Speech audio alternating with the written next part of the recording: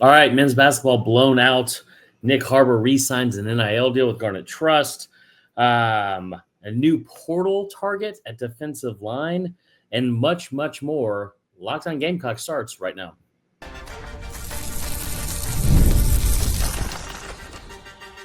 You are Locked On Gamecocks, your daily podcast on the South Carolina Gamecocks, part of the Locked On Podcast Network, your team every day.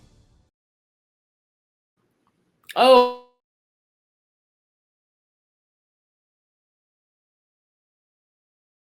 appreciate all of you. Thank you for making Locked On Gamecocks your first listen each and every day. Shout out to our everydayers. Remember, guys, we are free and available podcasts wherever you get your podcasts, as well as on YouTube, part of the Locked On Podcast Network, your team every day. We have a great show for you today. It, of course, is brought to you by our friends at Game Time. Today's episode is brought to you by them. Download the Game Time app, create an account, and use the code LOCKEDONCollege, all one word, all capital letters, for $20 off your first purchase. All right, let's get into it. Kind of a grab of things to talk about today. We'll start with basketball. It was not great. I was wondering how basketball season would be in comparison to football season. And it's very early in the SEC play, but it wasn't a great start. I'll say that. You get whooped by Mississippi State 85-50 today in Starkville. Here's the thing. Watch the game. Very, very tough. Just a very tough start. And you, at one point, I think we're down 24-4, 24-6. I know at one point you were down 28-6 because I almost jokingly tweeted out you were down 3 touchdowns to start the game. This team is not built necessarily offensively to come back from those types of deficits. And that's fine. Like, look, we know the style of play Lamont Paris wants to play. We know that you lost some pieces from the year before. This team should still be good. They're not currently one of the 12 to 13 teams that's projected to make the tournament, but you're playing in a league where the top, I think it's the top 15 teams at least are all in the top 60 of net rankings. It's unbelievable. Like it is without a doubt the deepest basketball conference that we have ever seen. Like right now, going into basketball or going into SEC play. That's not me saying that. That's not me saying that like as just like, making up excuses for what happened today. It's not me saying that just because like, an SEC bias or something like that. These are the things that Jay Billis has said. These are things that other people have said that know way more about basketball than I do. But you saw, I think if you probably guys, you saw the graphic that was floating around social media where ESPN came out with the strength of schedule rankings for like moving into conference play, the top strength of schedule rankings in the country, and the top 15, like 1 through 15, all from the SEC, South Carolina at number 1. So here's the thing.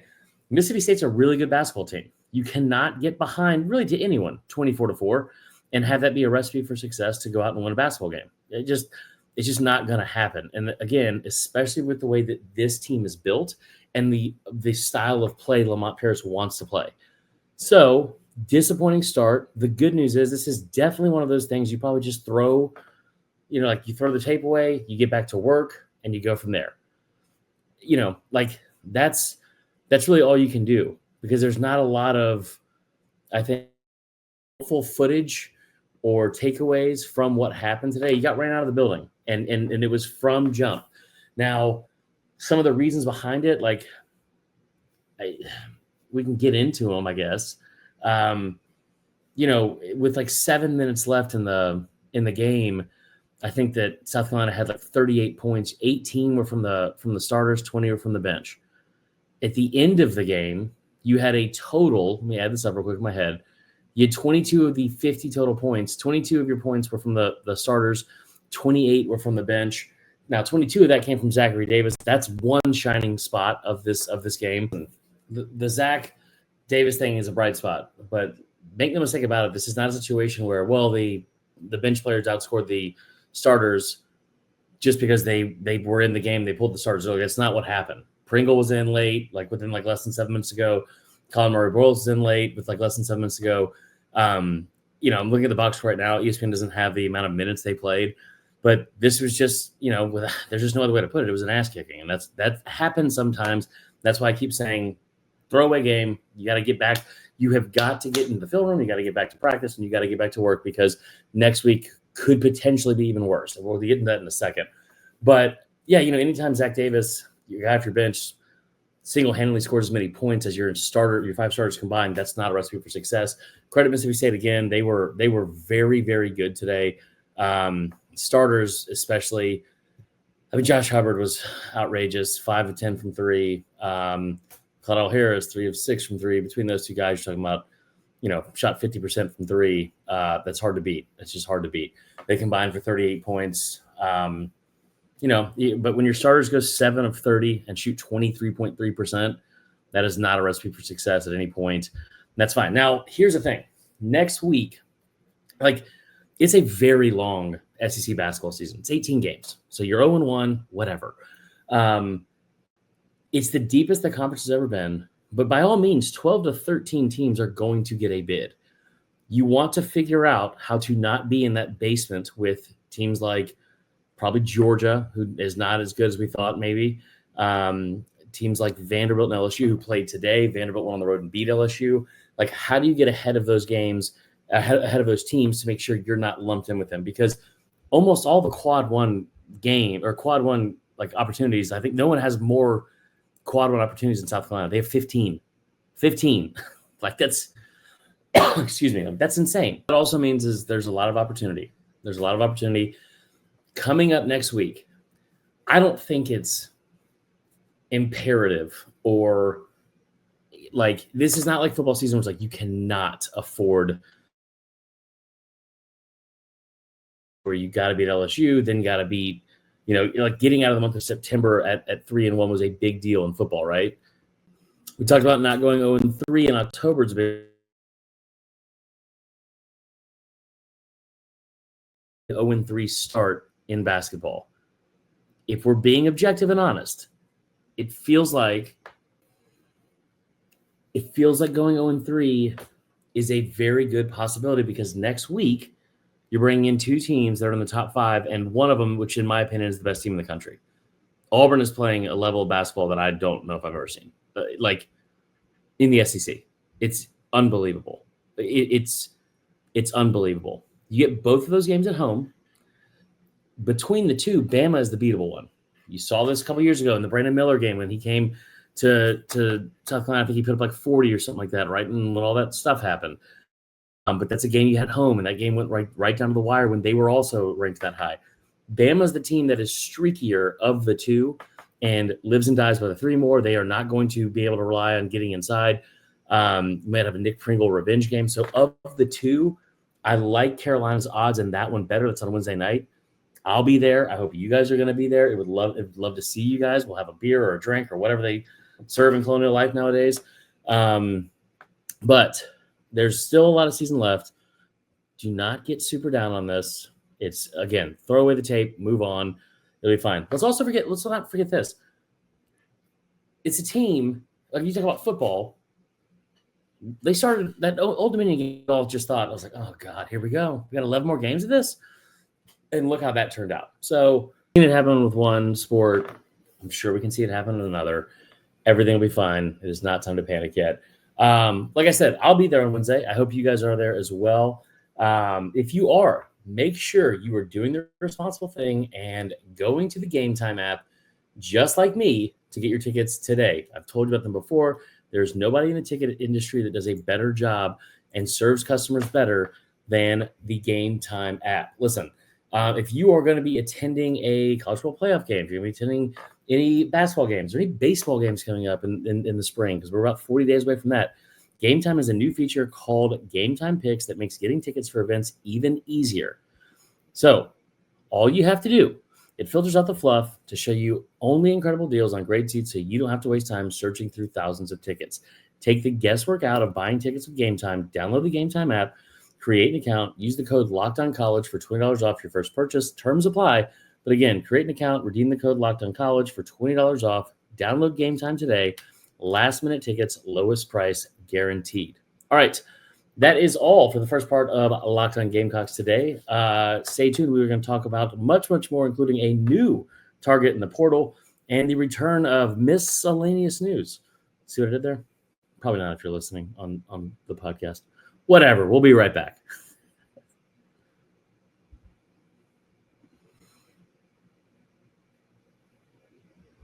All right, welcome back in to Locked On Gamecocks. Before we start with the second part of the show, do want to give a quick shout out to our friends at FanDuel. Listen, I think as we're speaking right now, the Browns and Ravens are playing. The Steelers and Chiefs play. No, the Steelers and Bengals play tonight.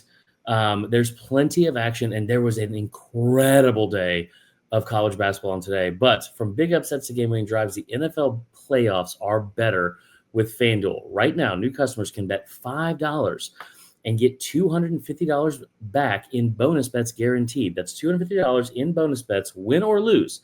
The FanDuel app gives you everything you need for live bets, same-game parlays, and so much more.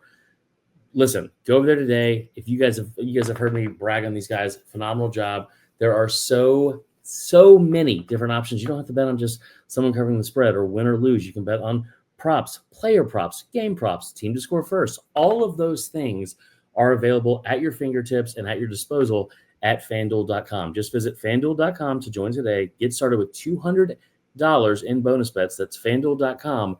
Make the playoff season unforgettable with FanDuel, an official sportsbook partner of the NFL. All right, let's continue on here with Locked On Gamecocks. Let's also get into this.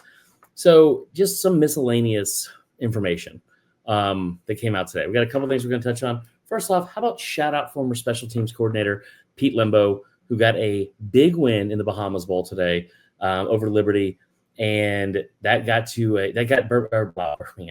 Buffalo to a 9-win season. Tremendous job for a first-year head coach. That's a big deal for him, specifically. I don't think that's a guy that left with any ill will at all. Everyone is cheering him on, even though he's no longer in the building and a part of the staff. That's also a really big deal when you start talking about like coaches having success that were under the coaching tree of Shane Beamer down the road. That's not something that's like a super hyper-focused thing, but you hear that talked about with Nick Saban all the time. You hear it talk about Kirby Smart a lot now with like Dan Lanning and other guys having some success. It's just only added value to the brand and the culture you're trying to build in Columbia. Congratulations to Buffalo. Congratulations to Pete Lembo. 9-win season. Very, very big deal for them. Fantastic. Let's also talk about this. Taylor Edwards, former director of player personnel, headed to Miami. I'm just going to be as frank and honest with you as possible. This whole thing with him happened when he left right when I started. One of my first shows was talking about Darren Usher coming in and being the new director of player personnel. He has done a phenomenal job, and just look at the recruits, the ability they've had to keep players home, keep players on the roster. You've had some guys that you've lost for sure to the draft and to eligibility and all that kind of stuff. You haven't lost a bunch of key parts to the portal, and that's been a phenomenal job, especially on top of the top 20 recruiting class they've been able to bring in. The former director of player personnel, he deserves some credit for helping orchestrate and construct this roster. Taylor Edwards was a part of that. He also broke several rules, including a level 3 violation. The story that came out today is that he will be a new player or new person on staff in the same position, I believe, and same title role at Miami. This comes a week after he was going to UNC under Book, do the same thing. I don't know the ins and outs of his time here or the ins and outs of what happened. And so I'm just not going to weigh in on it. This is going to shock some of you, but I do try to usually only talk about the things that I know and the things that I'm well-versed on, at least, unless I'm being forced to. I'll say all that to say this. If you were reported that you were going to UNC to coach under Bill Belichick a week ago, and now you're going to Miami, you left in July because of the reasons you left in South Carolina, Miami seems like a good spot for you, man. Seems like a great spot for you, and that's all I'm going to say about it. The other news that came out today, there's 2 more things we're going to get to. Actually, we can get to 3. Nyck Harbor gets a deal with Garnet Trust to come back for 2025. This was never really in doubt, but it's a big get nonetheless. It's a former 5-star. And they also, I haven't seen the details of this, but Josiah Thompson, this kind of flew under the radar, left tackle. He also re-signed his deal with Garnet Trust. Now that's a kid that going into the season, he led your team. He was the highest in your team in terms of NIL valuation, according to On3. It was around $354,000 a year. I think it was $650. I can't remember. It might have been that high, to be honest, because I know Rocket Sanders was right around 230. But a left tackle that was a high top 50 ranked recruit, by all means, that's the kind of money they would usually garner. But it was higher than Lenore Sellers. Obviously, it was higher than Dylan Stewart, even, which was kind of crazy. It is not. I haven't seen it reported that anymore. Lenore Sellers' valuation, by the way, has gone up to $3.6 million.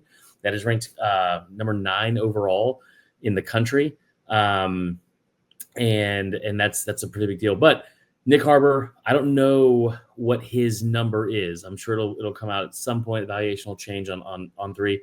Regardless, that is your second leading receiver coming back from this past season.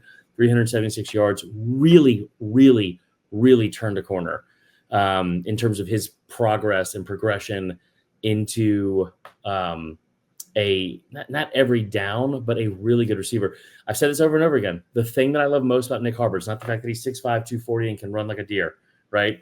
But my favorite thing about Nyck Harbor is that he's 6'5", 240, can run like a deer, is a world-class athlete and a world-class sprinter, and spent the offseason trying to make the Olympics, and you got him to buy into blocking. That's culture. Like, I've said it 1,000 times, and you guys might be tired of hearing me say it, but I'm going to keep saying it because it's almost hard to believe even every time I do say it. Like, getting that kid to buy into blocking and playing for his teammates, that is the definition of culture. The definition of culture. Okay, so really, really big deal there. Here's the other thing, too, and we'll spend more time on this specifically this week. We'll probably do a more in-depth segment on this by himself. I just don't want to get ahead of myself because, listen, we haven't even spoken about this because I haven't brought it up. But I did that whole show on the linebacker that was committed to South Carolina for 24 hours and then went to Ole Miss, and I talked about how maybe he could be the next Kennard in terms of impact. I know they play a different position. I was having a conversation with Darren Usher about this, and I was telling him what I wrote, and he was like, "They don't even play the same position." I was like, "That's not the point. I clarified it in the video." Which, guys, just here's some advice: if you're ever gonna say something like that, just don't. Just don't. The take was not worth it. And it made me look very stupid, and I apologize for how stupid I looked, especially after he left a day later. Anyway, I don't know how much time I want to spend on just the portal target because there's just so much that could happen here. It's a Texas State defensive lineman named Tavian Coleman. He's 6'1", 300 pounds, pretty productive kid. You're playing at the group of 5 level, but listen, you're talking about a kid in over 2 years, 52 tackles, defensive tackle, right? Interior defensive line, 52 tackles, 13 tackles for loss, 6 sacks. Those are good numbers from that position. How about this? He forced you want to talk about a South Carolina type player for Clayton White and then for Shane Beamer? How about a defensive tackle, 6'1", 300 pounds that forced 2 fumbles and blocked 2 kicks? Talk about a fit for the scheme, guys. I mean, like that's South Carolina written all over it. They have entered the mix for him along with Arizona. This is a report from On3 earlier. He's already taken trips. He took a trip to Colorado this weekend.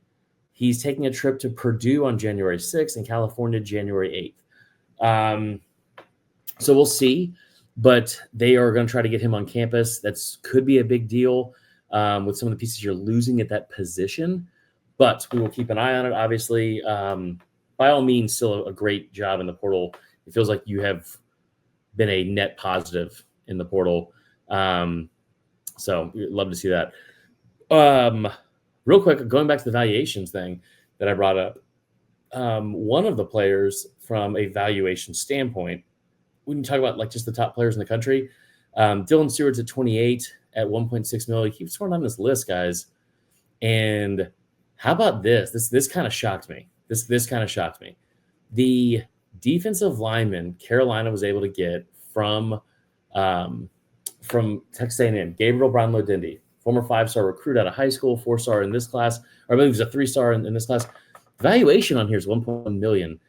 That's 64th in the country, right ahead of Brady Cook. So could be a guy, like you said, we've talked about for a lot, that had a ton of upside. So there's that. Last but not least, a guy that's become just an enemy of mine on social media the last week or so, couple weeks. Ari Wasserman does a great job with On 3. Not denying that.